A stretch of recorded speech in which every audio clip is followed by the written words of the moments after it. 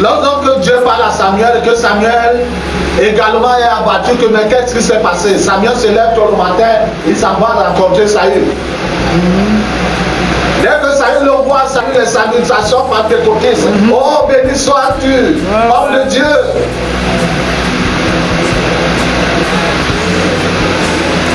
Alors qu'il est dans la désobéissance. Non pas bien suivi l'ordre donné par le Seigneur, mais à cause de quoi? Du manque de personnalité. Et en passant, il a fallu que Dieu change le nom d'Abraham à Abraham. Parce que le nom d'Abraham là a fait influencer sa personnalité. Dieu change son nom à Abraham pour qu'il soit réellement intègre. Il soit lui-même et qu'il marche selon ce que Dieu lui a demandé. Ça veut dire, oh, bonjour homme de Dieu, shalom, shalom, comme on a dit. Shalom, shalom, shalom, homme de Dieu. J'ai accompli ce que le Seigneur m'a demandé de faire. Samuel lui dit, ferme ta bouche. C'est quoi le bêlement que j'entends là? Non, homme de Dieu. Ah, mais c'est le peuple, hein, c'est le peuple qui a demandé qu'on garde les belles grâces là. On va les offrir en sacrifice à Dieu. Et pourtant, les savoir comme tu tout. Et les êtres humains et les animaux. Il y avait une part les animaux en Israël. Vous comprenez les animaux d'un pays païen pour venir les offrir en sacrifice. Et à cause du manque de personnalité, la royauté a été arrachée à Israël. Dès ce jour-là. Mais c'est seulement plus tard qu'on voit la matérialisation de la royauté. Le manque de personnalité bien-aimée est un danger.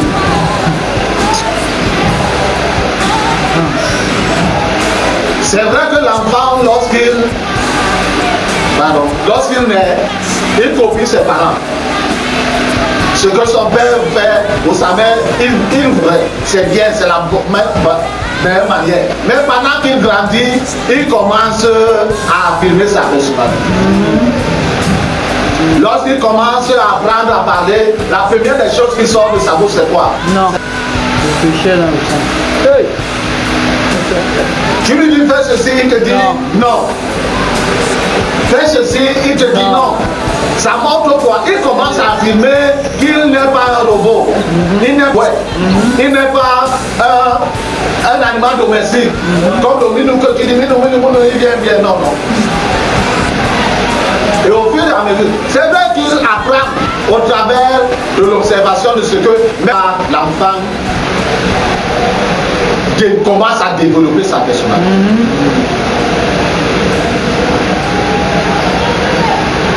Or, l'enfant qui manque de personnalité,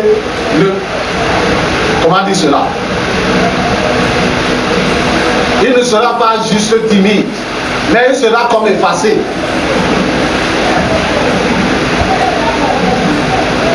Lorsque les autres enfants sont en train de jouer, ils préfèrent jouer en cachette.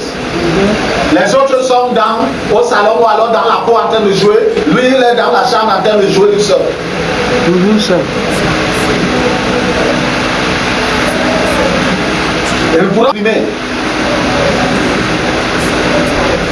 Et si cela n'est pas corrigé à temps, l'enfant va grandir ainsi et plus tard, ces décisions seront toujours, toi tu vois comment. Alléluia. Pas que ce n'est pas bon de demander conseil. Alléluia. Mais il y a des décisions où tu n'as pas de conseil de quelqu'un d'autre. Vérité. Saül avait-il besoin de l'opinion de tout? C'est lui qui était le roi. Et les autres étaient des Jinda. Avait-il besoin de l'opinion des Jinda par rapport à ce que Dieu lui avait confié? Non. Leur opinion ne comptait pas. Dieu a dit, allez exterminer les êtres humains comme les bêtes. On devait seulement tout exterminer. C'est tout.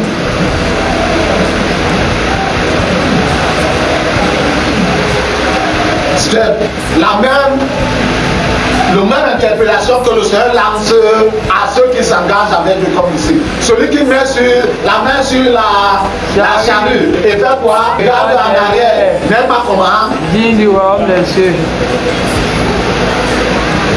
Ça veut dire que si tu es disciple du Seigneur et tu manques de personnalité, tu n'en es pas digne.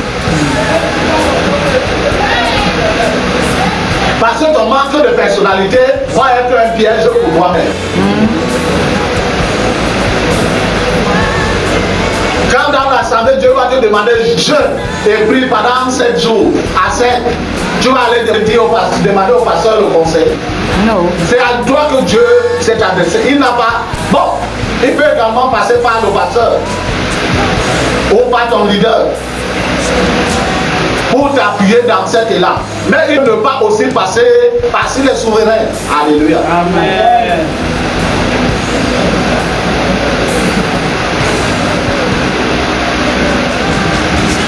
Je disais tout à l'heure que l'engagement avec le Seigneur, c'est déjà la recherche du conflit. Le conflit dans le spirituel va générer des conflits dans le monde. Vérité.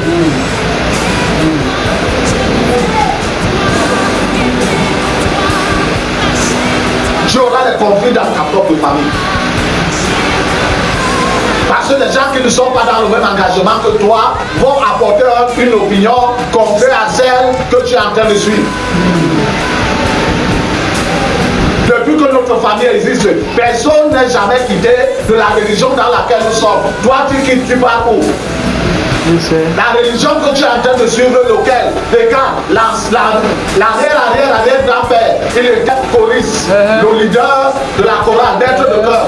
L'arrière, il était catéchiste. L'arrière, il était diable. L'arrière, il était ancien. L'arrière, il était. Toi, tu pars maintenant dans les nouvelles religions là. Lequel débat de ta famille devant. Comme si ceux qui sont devant, c'est eux qui peuvent te guider dans la marche. Alléluia.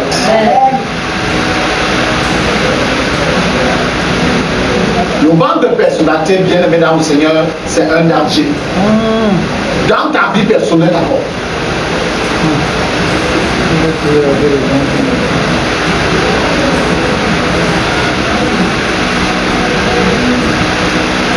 Lorsque tu pars dans une parfumerie, tu achètes un parfum pour sentir bon. Quand tu mets le parfum et que tu es au milieu des amis, ou au milieu des frères, ou au milieu des collègues, ou au milieu... Et on dit, regarde le parfum là. C'est pas bon, hein? Toi-même, tu as senti dans tes narines que c'est bon.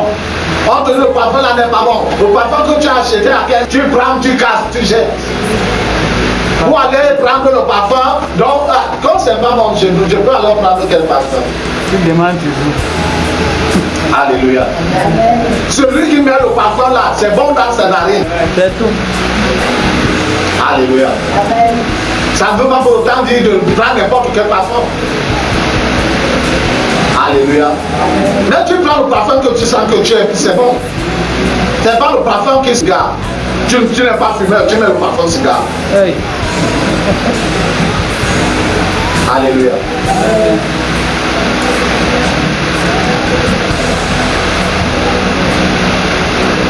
Bon, le genre de parfum que les gens mettent partout. Tu mets le parfum qui est bon. Le manque de personnalité va toujours te pousser à chercher la vie des autres. Vérité. Or, dans cette vie, si tu veux plaire à tout le monde, tu vas te retrouver dans le village. Je n'aurais pas écouté le conseil de Gustave. Si je savais, je n'aurais pas écouté le conseil de Barthélemy. Si je savais, je n'aurais pas écouté le conseil de Jacques. Si je savais, je n'aurais pas écouté la vie de Pierre. Si je savais, je n'aurais pas. Tu vas vouloir manger, il faut la vie de quelqu'un. Tu veux te baigner, il faut la vie de quelqu'un. Si quelqu'un te dit, moi je pars 3 jours sans me baigner, tu vas comprendre que non, ça c'est bien.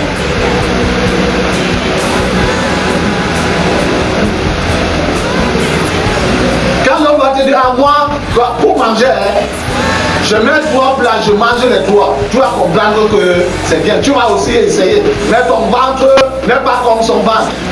Si lui il a le ventre de fût, toi tu as le ventre de 5 litres. Tu vas vouloir prendre les 3 plats, puis lui mange tout d'un coup. Tu mets les 3 plats là. Si tu arrives à tout manger, tu vas tomber malade. Hôpital général. Parce que tu veux toujours la...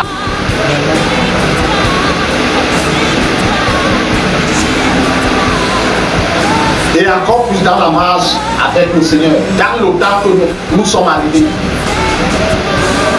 Ce n'est pas que tu veux la vie des autres, mais tu as besoin de la vie de celui qui t'encourage à avancer dans la marche avec le Seigneur. Amen. Parce que les avis contraires ont fusé et vont davantage fuser que partout.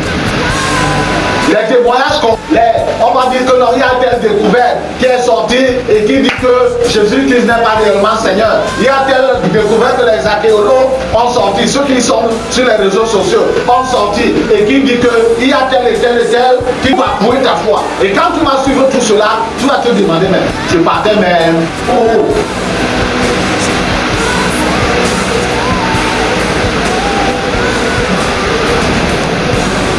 Parce que l'adversaire, c'est un ferme stratège.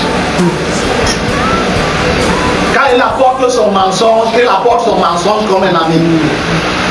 Alléluia. Amen. Et nous savons que les amis savent donner de bons conseils. Or, son bon conseil, c'est un poison. Il peut même passer par la bouche de quelqu'un que tu considères le plus pour te donner un conseil qui va te détruire.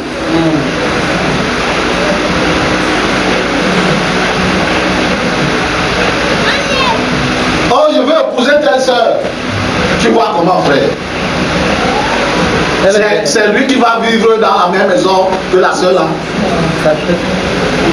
Bien aimé dans le Seigneur, Dieu nous interprète ce matin afin que s'il y avait une telle semence dans nos vies, qu'elle soit émontée et que cela soit corrigé. Amen.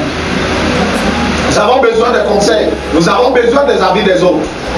Mais les avis constructifs, les conseils sur la base de la parole de Dieu, alléluia, amen, qui vont t'amener à avancer, à être de plus en plus agréable au Seigneur.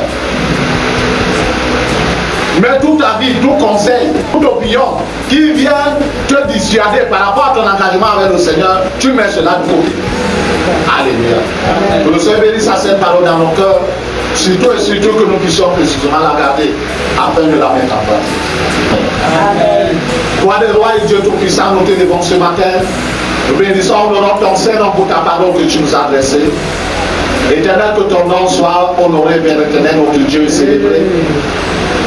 Et que cette parole trouve, notre Dieu, un terrain de joie dans nos cœurs, Père éternel, afin qu'en tant que semence vivante, qu'elle puisse, notre Dieu, nous puisse se déposer. Père éternel, nous doit pousser aux racines, Seigneur Dieu, germer.